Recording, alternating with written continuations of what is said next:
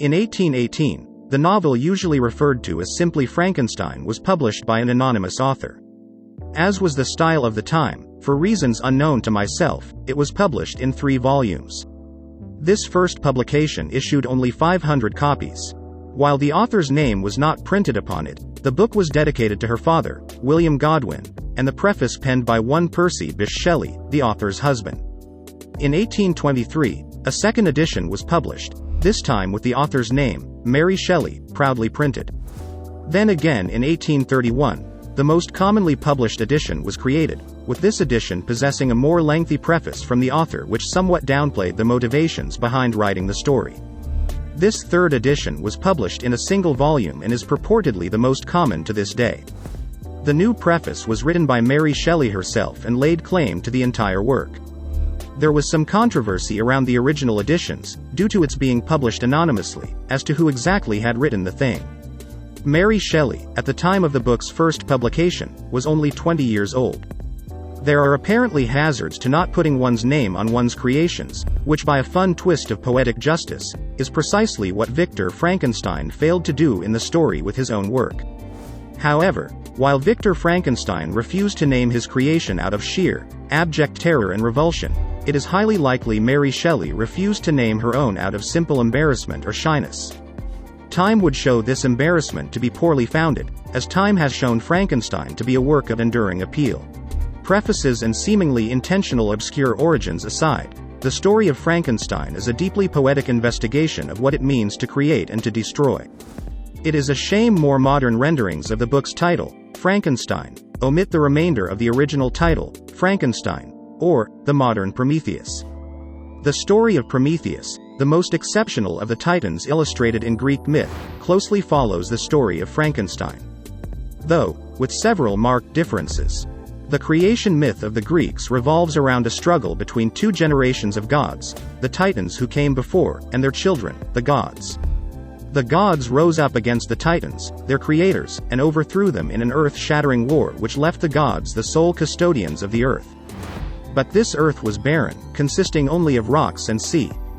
So Zeus, the king of the gods, ordered one of the remaining titans who refused to take part in the war to populate the earth with living things. This titan, called Prometheus, whose name not coincidentally means foresight, crafted plants, fish, birds, and even human beings out of clay. He pieced them together from lifeless material and breathed life into them, animating and galvanizing them with the spark of life. Prometheus' most cherished creation, human beings, was not pleasing to Zeus, and he condemned them to a life of misery and ignorance from their birth to their graves, huddled together in the cold dark for what little warmth they could get. Prometheus, as a proud father should be, became ever more concerned for his beloved creation's plight. These human beings had very little language, certainly not of the written sort, and no technology at all beyond the use of sticks as blunt objects. They ate dirt and lived terribly fearful lives, ever at the mercy of the formless terrors one can find only in the dark.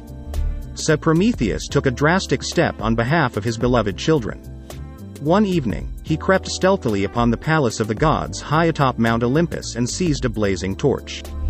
Descending, flame in hand, he gave this torch to human beings and demonstrated the mastery of fire to them. He gave them knowledge, much akin to the serpent in the Garden of Eden story promising awareness to Adam and Eve, and just like in that story, the powers that be were not at all pleased with recent developments. Zeus would have his revenge against Prometheus, who dared not only create human beings but provide them with the means to thrive against management's wishes.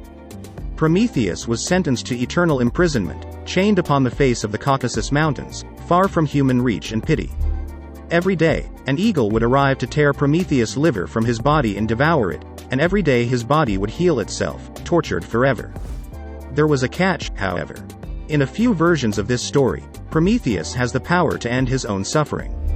As he was foresight itself, Prometheus knew the destiny of the gods, and Zeus desperately wished to know how his rule would be undone.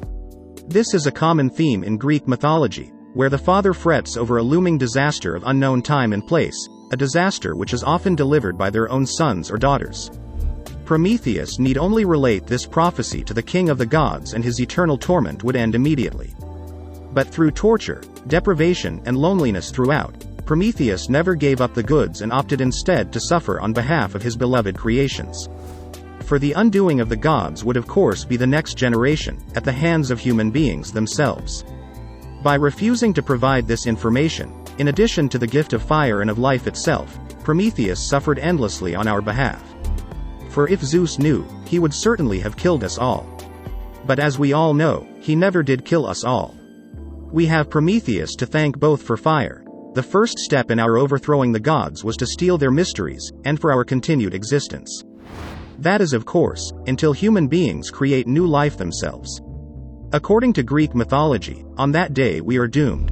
But what in the world do ancient mythologies have to do with the admittedly much more modern, though by now 200-year-old story of Frankenstein?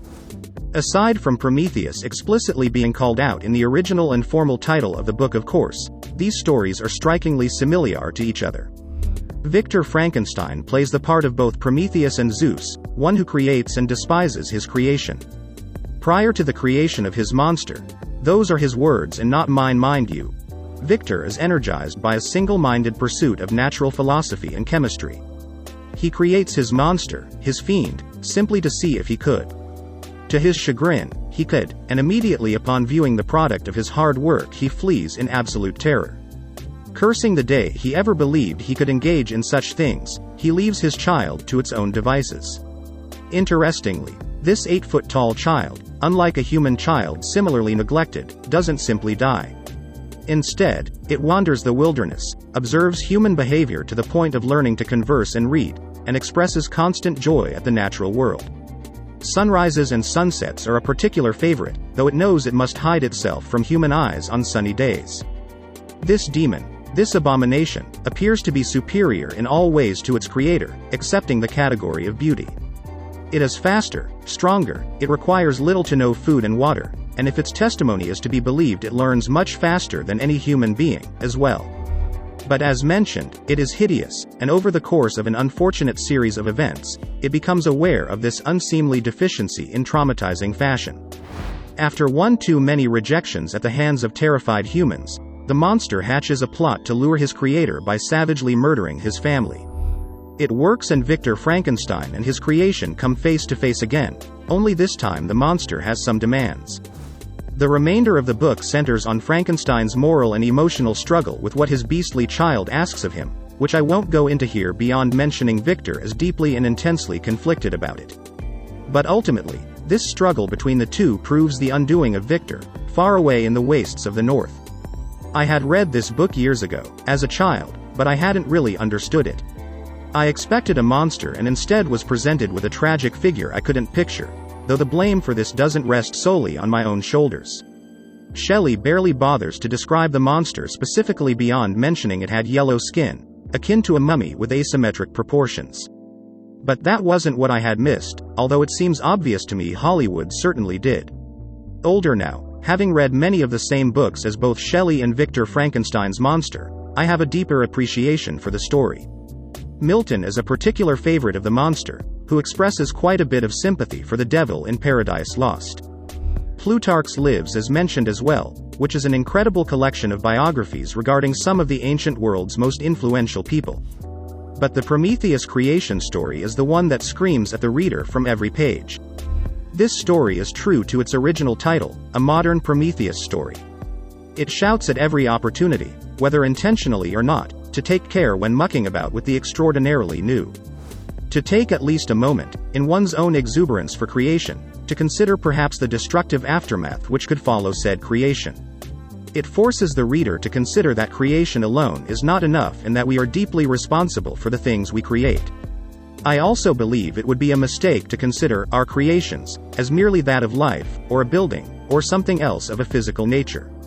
We create culture, we create political systems, literature, and languages, and that's just to start. These things are often ad hoc, created on the fly without any hint of Promethean foresight, particularly in politics. Myself, I consider Karl Marx and the Soviet Union to be an atrocious illustration of this tendency to fail to consider the possible consequences of our creations. I doubt Karl Marx would have written any of the things he had if he'd known of how Lenin, Stalin, and their Communist Party would have behaved. Luckily for us, both Frankenstein's monster and the Soviet Union killed themselves. Unfortunately, they took many innocent lives with them on their way out.